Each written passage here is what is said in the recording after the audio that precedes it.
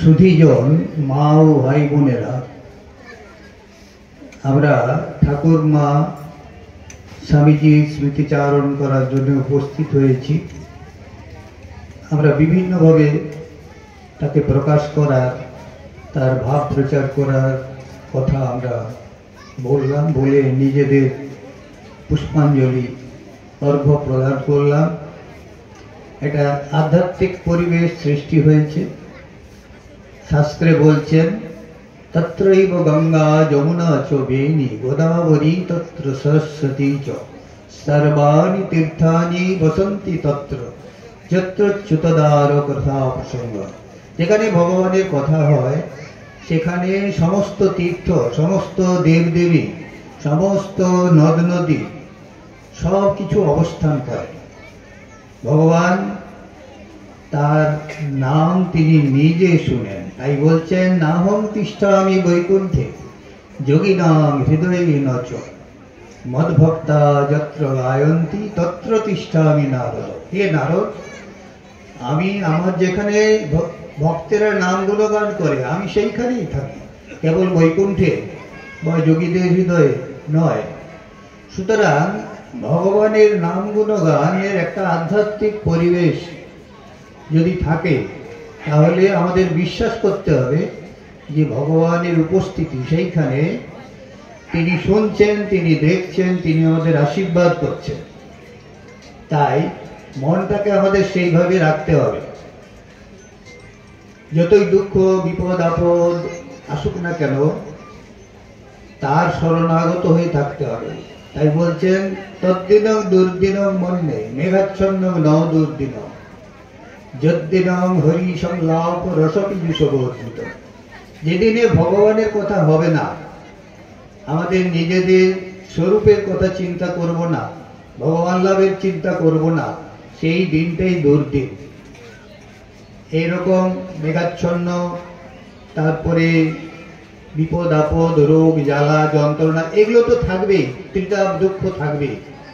কিন্তু এগুলো থাক, আমাদের প্রারব্ধ কর্মফল ভোগ হোক, তথাপি আমরা যদি ভগবানের মনটা রাখতে পারি, তাহলে এগুলো অতিক্রম করতে পারবো। ভবরো ভবত্তম তমেব বন্দে ভুবি রামকৃষ্ণঃ যথাগ্নের দায়িকা শক্তি রামকৃষ্ণে স্থিতা বিজা সর্ববিদ্যা স্বরূপাং তাং শারদাং প্রণমাম্যহম। ওম নমঃ শ্রী জ্যোতিরাজায় বিবেকানন্দ সুরৈ সচ্চিদ সুখ স্বরূপায়। ঠাকুরের নামের মধ্যেই সর্ব শক্তি আছে। ভগবান ও তার নাম অভেদ। যত আমরা ঠাকুরের নাম করব, তত তাকে আমরা পাব। এবং মা বলেছেন যে জবাত সিদ্ধি, জবাত সিদ্ধি, জবেতেই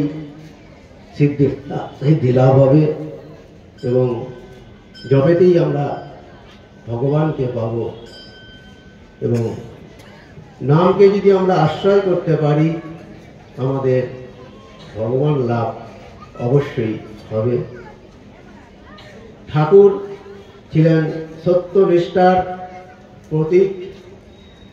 ঠাকুর কোনোদিন সত্য ছাড়া কিছু বলেননি।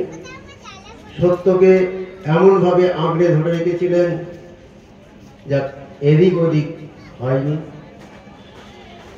তিনি বলেছেন যে যদু মল্লিকের বাড়ি যাব,